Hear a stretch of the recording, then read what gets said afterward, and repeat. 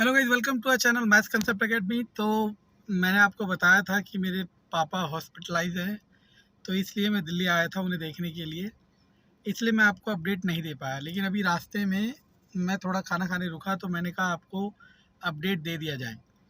Criticism करने का कोई फ़ायदा नहीं है, मैं बता देता हूँ। मैंने आपको कहा था कि सारी प्रोसेस ख़त्म होने के बाद ही आपके रिज़ल्ट स्टार्ट होंगे, और हमें अपरेंटली लग रहा था कि सारी प्रोसेस ख़त्म हो चुकी है। लेकिन एक प्रोसेस थी जो छिपी हुई थी और जो अब ख़त्म हो गई है, और विद प्रूफ मैं आपको बताने वाला हूँ।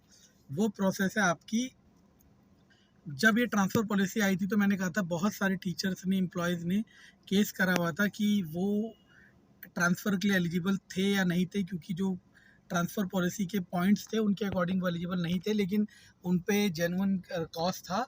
तो उन सब ने केस करा हुआ था, तो उसका रिज़ल्ट आ चुका है, 1 दिन 2 दिन पहले आ चुका है। तो उन टीचर्स को ट्रांसफ़र मिल गया। तो अब आप में से कई बोलेंगे, सर उन टीचर्स के ट्रांसफ़र से हमारी जॉइनिंग या हमारे रिज़ल्ट का क्या लेना देना है?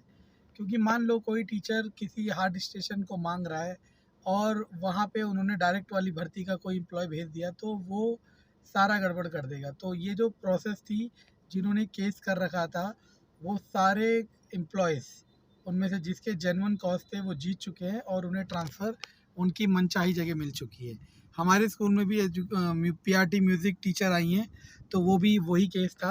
और ये जो ट्रांसफ़र हुए हैं ये आपको केवीएस की साइट पे नहीं दिखेगा, ये सिर्फ़ और सिर्फ इस पे दिखेगा, ठीक है? मतलब इस पे नहीं, मतलब ये केवीएस के जो इंटरनल ग्रुप्स होते हैं उसमें दिखेगा, और मैंने आपको बता दिया। तो ये सच्चाई है रिज़ल्ट डिले होने की। अब आपका रिज़ल्ट चाहे तो एलडीसी मान लो, चाहे डायरेक्ट मान लो, ठीक है ना?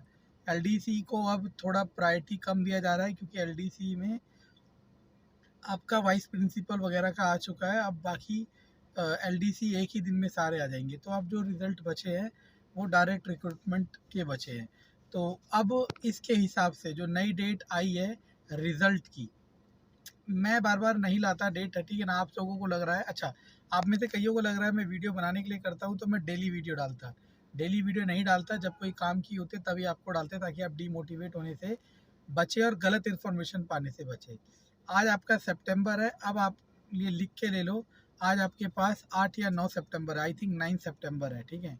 तो 9 सितंबर है, तो आपको 25 सितंबर तक पीआरटी का रिज़ल्ट देखने को मिलेगा और बाकी सारे रिज़ल्ट देखने को मिलेंगे। आप इस इन्फॉर्मेशन को लाइक करें या ना करें, यही इन्फॉर्मेशन सच है।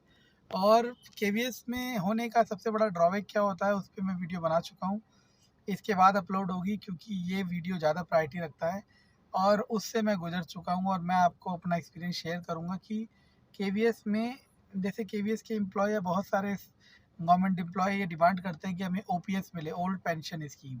वो सेकेंडरी टास्क है, प्राइमरी टास्क है आपको सीजीएचएस की फैसिलिटी मिले फुल फ्लैश में, ठीक है? क्योंकि सीजीएचएस की फैसिलिटी नहीं मिलती तो बहुत भुगतना पड़ता है।